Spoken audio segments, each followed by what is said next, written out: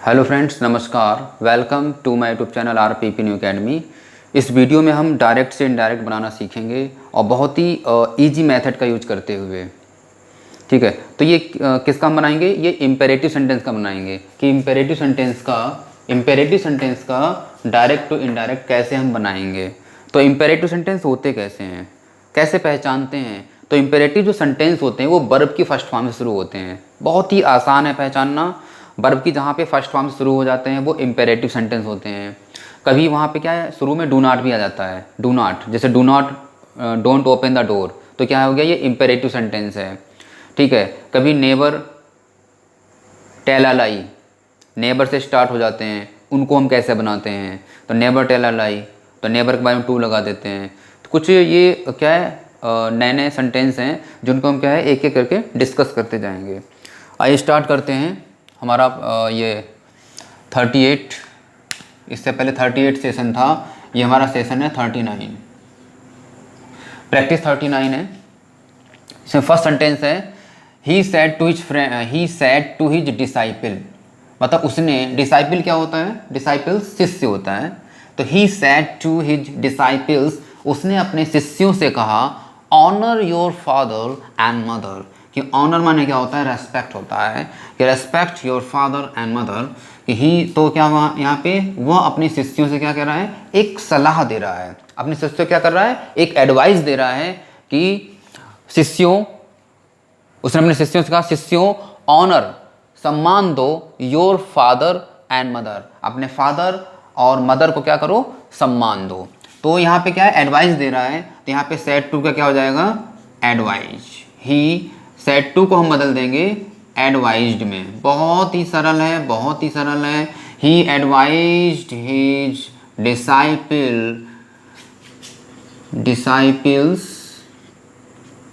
और कॉमा को हटा के हमें क्या कर देना है? टू, कॉमा को हटा के टू। तो इसको हम पहचानते कैसे हैं? जैसे सैड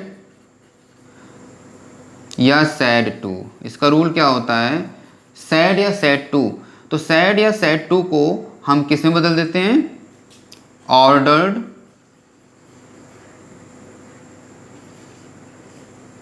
एडवाइज्ड या रिक्वेस्टेड। तो हमें तीन में बदलना है, ऑर्डर्ड, एडवाइज्ड एंड रिक्वेस्टेड। जहाँ पे जिस रिपोर्टेड स्पीच में जो कॉमा के अंदर वाला पार्ट है, यदि वहाँ पे आदेश है तो हम वहाँ पे सैड या सैड टू को ऑर्डर्ड में बदल देते हैं। यहाँ पे क्या है, कॉमा के अंदर वाले पार्ट में अगर एडवाइस दी जा रही है तो सैड या सैड टू को एडवाइज्ड में बदल देते हैं। अगर वहाँ पे सैड या सैड टू क्या बोलते हैं, यहाँ पे सैड या सैड टू के बाद में क्या ऑब्जेक्ट आया उसमें, और रिपोर्टेड स्पीच में क्या दिया हो? रिक्वेस्ट आया हो, तो रिक्वेस्टेड कब लगाना है? रिक्वेस्ट कब लगाएंगे? जब वहाँ पे प्लीज आ जाएगा, काइंडली आ जाएगा। तो जहाँ पे प्लीज आ जाए, काइंडली आ जाए, सर आ जाए, मैडम आ जाए, सर मैडम, जेंटलमैन आ जाए, जेंटलमैन। तो प्लीज आ जाए, काइंडली आ जाए, सर आ जाए, मैडम आ जाए, जेंटलमैन आ जाए, मतलब इस तरीके के जो सम्मान सूचक शब्द होते हैं, अगर ये सारे वर्ड अगर आ जाते हैं किसमें? कॉमा के अंदर वाले पार्ट में। कॉमा के अंदर वाला पार्ट क्या कहलाता है? Reported speech. और कॉमा के बाहर वाला पार्ट क्या कहलाता है? जो कॉमा के बाहर वाला पार्ट है उसे हम बोलते हैं रिपोर्टिंग वर्ब। तो आइए हम कैसे बनाते हैं इसको। अब मैंने यहाँ पे बता दिया आपको, कॉमा, इन्वर्टेड कॉमा को हटा के हम क्या लगाते हैं? टू।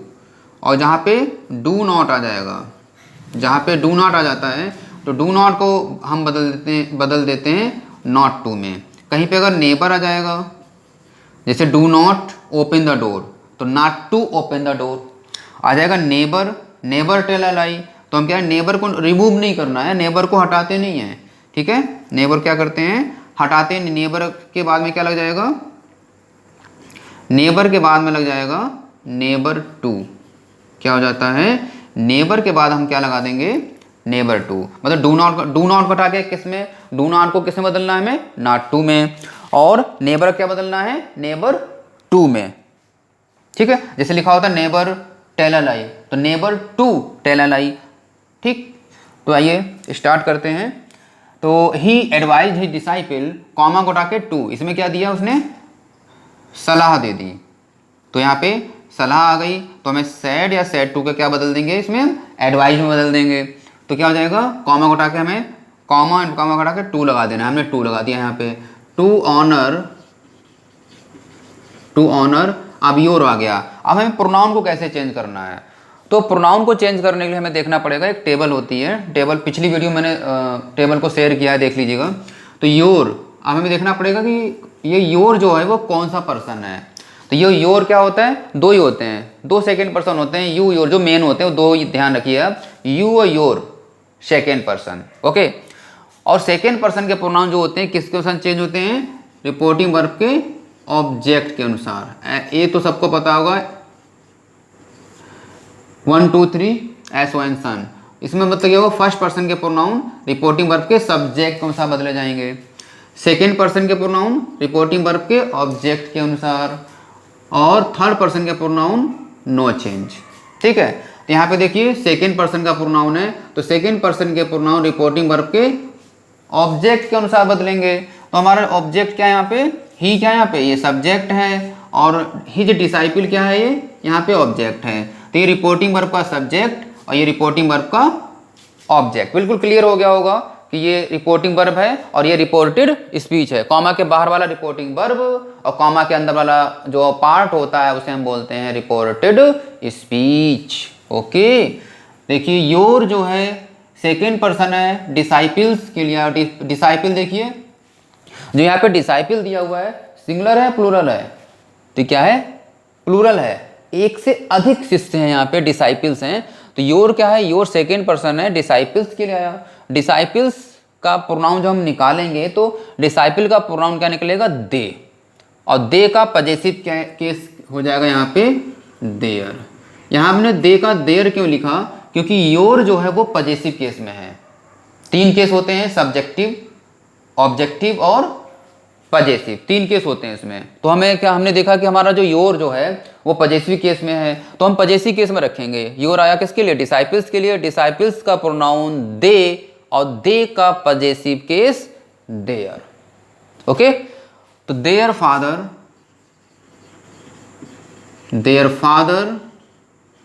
एंड मदर, ठीक है, बन गया हमारा कि he advised his disciples to honour their father and mother. Next है आई सेड टू हर, मैंने उससे कहा, डोंट वॉक सो फास्ट, ठीक है। डोंट का अर्थ क्या होता है, डू नॉट का अर्थ होता है ना, नहीं, मत, मतलब ना या नहीं या मत। जैसे डोंट वॉक सो फास्ट, इतनी तेज मत चलो या इतनी तेज ना चलो, ठीक है। तो इसको हम कैसे बदलेंगे, मैंने उससे कहा भाई इतनी तेज मत चलो, तो हम उससे आदेश तो नहीं दे रहे हैं, वैसे एडवाइस दे रहे हैं, मतलब देख लो सेंस में क्या लगा। तो वहाँ पे अगर एडवाइस दे रहा है तो एडवाइस लगा देंगे। देखिए तो आई क्या इसका बन जाएगा, आई सेड टू का हम बना देंगे एडवाइज्ड, आई एडवाइज्ड हर, कॉमा को हटा के क्या लगा देंगे हम, वैसे तो कॉमा को हटा के टू लगाते थे, लेकिन यहाँ पे डू नॉट आ जाएगा तो वो नॉट बाद में जाएगा, नॉट के बाद में। डू नॉट को हटा के देखिए हमने लिखा है यहाँ पे डू नॉट को हटा के नॉट टू, नेबर को हटा के नेबर टू, ठीक है। तो डू नॉट को हटा के क्या लिखेंगे, नॉट टू, तो हमने यहाँ क्या लिख देंगे, नॉट टू। तो I advised her not to, अब डू नॉट हट जाएगा, ठीक है। तो not to walk so fast, बन गया I advised her not to walk so fast. बहुत ही सिंपल है, बहुत ही सरल है। देखिए the jailer said to him, और एक बात और है, इसको हम दो तरीके से बना सकते हैं। देखिए अगर हम यहाँ पे एडवाइज लगाते हैं तो हमें क्या करना पड़ेगा, यहाँ पे नॉट टू, ध्यान दीजिएगा, अगर यहाँ पे हम एडवाइज लगा रहे हैं तो यहाँ पे हम नॉट टू कर दिया। अगर यहाँ पे एडवाइज की जगह पे अगर हम लगा दें फॉरबेड, FORBADE, फॉरबेड जो वर्ड होता है वो निषेधात्मक होता है, मतलब मना करना, ठीक। तो आई फॉरबेड हर, क्योंकि यहाँ पे मना किया जा रहा है, ठीक है। तो आई फॉरबेड हर, फिर कॉमा को उठा के क्या लगा देना हमें, टू, बस इतना अंतर है। एडवाइज्ड नॉट टू या ऑर्डर्ड नॉट टू, ठीक। अगर हमें फॉरवर्ड बस इतना ध्यान रखना है, जहाँ पे अगर हम फॉरवर्ड लगा रहे हैं तो फॉरवर्ड टू, क्या लगाएंगे हम, forward dot dot dot to, dot dot मतलब बीच में हर आ जाएगा, जो भी ऑब्जेक्ट आ जाएगा, तो आई फॉरवर्ड हर टू, फिर हम क्या करेंगे, आई फॉरवर्ड हर टू, फिर वॉक सो फास्ट, ठीक। तो I forward her to walk so fast. Next, the jailer said to him, बहुत ही सरल है मित्रों। देखिए जेलर ने उससे कहा, आ में देखिए, अब जेलर देखिए उससे आदेश दे रहा है कि रिक्वेस्ट कर रहा है, ठीक है, कि एडवाइज कर रहा है, सलाह दे रहा है। देखिए जेलर ने उससे क्या कहा, bring the prisoner before me, कि bring the prisoner, prisoner means क्या होता है, प्रिजनर मीन्स होता है कैदी, bring the prisoner before me. वैसे बिफोर माने क्या होता है, पहले, यहाँ पे बिफोर का अर्थ क्या है, सामने, और मी माने मेरे, तो ब्रिंग द प्रिजनर बिफोर मी, कैदी को मेरे सामने लाओ। तो यहाँ पे जब इंपेरेटिव सेंटेंस जो होते हैं इसका हिंदी में अर्थ क्या निकलता है, ओ निकलता है। ब्रिंग द प्रिजनर बिफोर मी, मेरे सामने कैदी को लाओ, या ओपन द डोर, दरवाजे को खोलो, कम हियर, यहाँ आओ, ओ आ गया। तो हिंदी अर्थ में इंपेरेटिव सेंटेंस का क्या निकलता है, हिंदी में मतलब ओ निकलता है। और इंपेरेटिव सेंटेंस किससे स्टार्ट होते हैं, फर्स्ट फॉर्म से स्टार्ट होते हैं। ब्रिंग क्या है, ये फर्स्ट फॉर्म है, बहुत तगड़ी पहचान है, ये सिंपल है कि हम कैसे पहचाने, ब्रिंग फर्स्ट फॉर्म आ गया, इंपेरेटिव सेंटेंस है, ठीक है। इससे पहले अगर सब्जेक्ट होता यू ब्रिंग द प्रिजनर, तो यहाँ पे अगर ब्रिंग से पहले यू लिखा होता या कोई भी सब्जेक्ट दिया होता तो वो असर्टिव हो जाता, ठीक है। तो यहाँ पे क्या है, ब्रिंग फर्स्ट फॉर्म है तो इंपेरेटिव सेंटेंस है। द जेलर, जेलर ने क्या किया, आदेश दिया, द जेलर। तो यहाँ पे सेंस क्या निकल के आ रहा है, यहाँ पे आदेश आ रहा है कि जो हमारा कॉमा के अंदर वाला पार्ट है इस सेंटेंस से आदेश का भाव निकल के आ रहा है। तो हम यहाँ पे आदेश का भाव जब निकलेगा तो सैड या सैड टू किस में बदलेंगे हम, ऑर्डर्ड में। अगर इसमें अगर एडवाइज होता तो एडवाइज्ड में। अगर यहाँ पे please, kindly, sir, madam, gentleman, ये सारे वर्ड अगर आ जाते तो हमें सैड या सैड टू को रिक्वेस्टेड में बदलना पड़ता, ठीक है। तो द जेलर सैड टू का क्या हो जाएगा यहाँ पे, ordered, the jailer ordered him.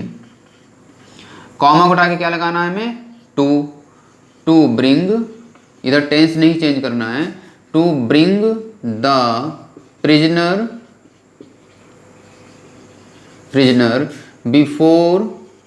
Before का बिफोर जो प्रीपोजिशन है। अब क्या है, मी, अब मी कौन सा पर्सन है, मी फर्स्ट पर्सन है, आई माई मी वी आर वरस, ठीक है। तो आई माई मी वी आर वरस फर्स्ट पर्सन, ये सब मुझे इरेज करना पड़ेगा, मैं नहीं लूँ, ऐसे बता दे रहा हूँ। आई माई मी वी आर वरस, याद कर लीजिए, फर्स्ट पर्सन है। यू योर सेकेंड पर्सन है। He him his, she her, they them their, it its, ये सब क्या है, थर्ड पर्सन है। तो यहाँ पे क्या हो जाएगा, मी। अब मी किसकी लाया है, फर्स्ट पर्सन है, रिपोर्टिंग वर्ब के सब्जेक्ट के अनुसार ये सब्जेक्ट है रिपोर्टिंग वर्ब का, और ये ऑब्जेक्ट है। अगर यहाँ पे सेकेंड पर्सन होता तो हम रिपोर्टिंग वर्ब के ऑब्जेक्ट के अनुसार चेंज करते, क्योंकि यहाँ पे फर्स्ट पर्सन दिया हुआ है, फर्स्ट पर्सन के प्रोनाउन रिपोर्टिंग वर्ब के सब्जेक्ट के अनुसार। तो मी आया जेलर के लिए, जेलर का प्रोनाउन ही निकलेगा ना, और ही का ऑब्जेक्टिव केस क्या होता है, हिम। तो यहाँ पे ही का ऑब्जेक्टिव केस हिम। यहाँ पे अगर माई होता तो माई आया जेलर के लिए, और जेलर का प्रोनाउन ही, और ही का पजेसिव केस ही जा जाता, क्योंकि यहाँ मी है तो मी का हमने किस में बदल दिया, हिम में, क्योंकि मी आया है जेलर के लिए, जेलर का प्रोनाउन ही, और ही का ऑब्जेक्टिव केस हिम आएगा। The jailer ordered him to bring the prisoner before him.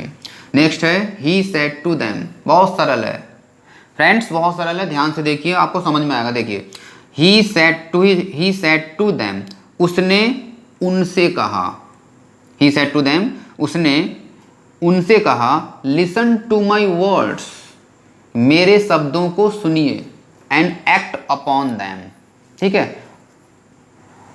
अब क्या, कैसे इसको बदलेंगे, ही सेड टू देम, तो ही यहाँ पे क्या कह रहा है, वो किसी ने उससे कहा कि लिसन टू माई वर्ड्स, मेरे भाई सब मेरे शब्दों को सुनो और उसको फॉलो करो और कार्य करो, एक्ट अपॉन दैम, ठीक है। अब हम किसी उनसे कहेंगे तो हम आदेश तो देंगे नहीं, वैसे एडवाइस दे रहे हैं कि भाई मेरे शब्दों को सुनो भाई, तो ही क्या, ही एडवाइज्ड ADVISED, ही एडवाइज्ड दैम, उसने उनसे एडवाइज किया। और कॉमा को हटा के हम क्या लगा देंगे, टू लिसन टू। अब माई आ गया, I my me, we our us, first person के प्रोनाउन रिपोर्टिंग वर्ब के सब्जेक्ट के अनुसार, ये सब्जेक्ट है हमारा, और ये हमारा क्या है, रिपोर्टिंग वर्ब का, ये रिपोर्टिंग वर्ब है, रिपोर्टिंग वर्ब का सब्जेक्ट, रिपोर्टिंग वर्ब का ऑब्जेक्ट। अब माई आया किसके लिए, माई आया है ही के लिए, तो माई आया ही के लिए। अब माई कौन सा केस है, first person pronoun, first person और पजेसिव केस है। तो पजेसिव केस में अगर दिया हुआ है कोई प्रोनाउन तो उसको उसी केस में चेंज कर देना है, ठीक। तो माई आया ही के लिए, ही का पजेसिव केस क्या होता है, हिज, ठीक। तो ही का possessive case his words and act upon अब देम को कैसे भी चेंज करेंगे, मैंने क्या बताया था, थर्ड पर्सन के प्रोनाउन नो चेंज, क्योंकि जो देम है ना, दे देम देयर, ये थर्ड पर्सन है। थर्ड पर्सन के प्रोनाउन कहीं पर भी अगर आते हैं तो उनमें कोई परिवर्तन नहीं होता है, ठीक है। थर्ड पर्सन चेंज नहीं करना, किसी का नाम है राम, सीता, गीता, मीता, वो सब चेंज नहीं होता है, ठीक है। और ये भी क्या है, देम क्या थर्ड पर्सन है, नो चेंज, मतलब इसको ऐसे ही लिख देंगे, इसमें कोई परिवर्तन नहीं होगा। जहाँ पे थर्ड पर्सन आएगा, जैसे he, him, his, she, her, they, them, their, ठीक है, ये सब चेंज नहीं करना है। तो he advised them to listen to his words and act upon them. Next है, the policeman said to the young man, policeman ने उस यंग व्यक्ति से कहा, क्या कहा, ओपन द बैग, बैग को खोलिए, मतलब बैग को खोलो, वो आ गया हिंदी में, बैग को खोलो, which you are carrying, which you are carrying मतलब जो तुम ले जा रहे हो, बैग को खोलो। तो इसको हम कैसे चेंज करेंगे, इसको हमें यहाँ पे इरेज करना पड़ेगा क्योंकि यहाँ पे स्पेस कम है। देखिए, द पुलिसमैन ने यंग मैन से कहा ओपन द बैग, तो पुलिसमैन ने यंग मैन को आदेश दिया, अपना बैग खोलो जो तुम ले जा रहे हो, आदेश दिया है ना। तो इस रिपोर्टेड स्पीच में हमें देखना है, कॉमा के अंदर वाले पार्ट में हमें देखना है कि उसमें आदेश दे रहा है, एडवाइस दे रहा है या रिक्वेस्ट कर रहा है। तो यहाँ पे हमें ऐसा मालूम होता है, यहाँ पे आदेश दे रहा है जो कॉमा के अंदर है। तो the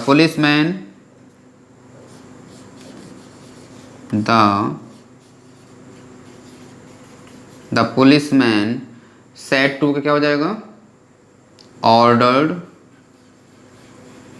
the policeman ordered the young man, और कॉमा को उठा के क्या लगा देंगे हम, टू ओपन द बैग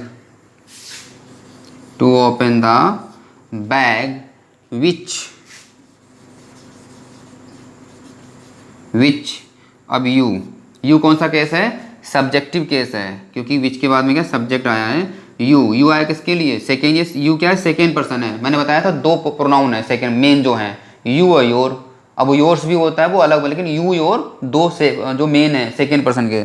तो यू आया किसके लिए, सब्जेक्टिव केस है, ठीक है। और ये हेल्पिंग वर्ब है और ये कैरिंग मेन वर्ब हो गया। तो हेल्पिंग वर्ब से पहले सब्जेक्ट आएगा ना, तो ये सब्जेक्टिव केस हो गया। तो यू आया किसके लिए, द यंग मैन के लिए। क्यों आया, क्योंकि ये पुलिसमैन क्या है, ये सब्जेक्ट है, रिपोर्टिंग वर्ब का सब्जेक्ट हो गया, और ये क्या है, रिपोर्टिंग वर्ब का ऑब्जेक्ट हो गया। तो रिपोर्टिंग वर्ब का ऑब्जेक्ट, ये रिपोर्टिंग वर्ब का सब्जेक्ट। तो यहाँ पे अगर फर्स्ट पर्सन होता तो रिपोर्टिंग वर्ब के सब्जेक्ट के अनुसार चेंज करते, क्योंकि यहाँ पे सेकेंड पर्सन आ गया तो सेकेंड पर्सन के प्रोनाउन रिपोर्टिंग वर्ब के ऑब्जेक्ट के अनुसार। तो हम क्या करेंगे, यू आया यंग मैन के लिए। देखिए यंग मैन क्या है, सिंगुलर है, मतलब एक वचन है, एक व्यक्ति है ना। जब एक व्यक्ति यहाँ पे होगा तो ही निकलेगा। यहाँ पे यंग मैन होता, एमियन होता तो उसका प्रोनाउन निकलता दे। तो यहाँ पे एक व्यक्ति है तो यहाँ पे क्या निकलेगा, ही, ठीक है। तो यहाँ पे हम क्या लिख देंगे, विच ही। हमने यू को किस पे चेंज किया, अब यू किसके लिए आया था, यू ये आया था यंग मैन के लिए। तो यू जो था वो यंग मैन के लिए आया था, यहाँ पे हमने लिख दिया ही। सब्जेक्टिव केस में था तो हमने क्या कर दिया, सब्जेक्टिव केस में चेंज कर दिया ही। ये आर दिया हुआ है तो इज आर एम का हम चेंज कर देते हैं वाज वर्ब में। तो ही के साथ क्या लगेगा, वॉज। तो he was carrying, he was carrying. तो देखा फ्रेंड्स, हमने कितना इजी मेथड यूज कर करके एक एक सेंटेंस को बिल्कुल एक्सप्लेन कर दिया मैंने। और मेरे ख्याल से क्या आपको एक एक प्रोनाउन समझ में आ गया होगा। अगर आपको ये प्रोनाउन चेंज करना आ गया तो please share this video. Thank you for watching this video.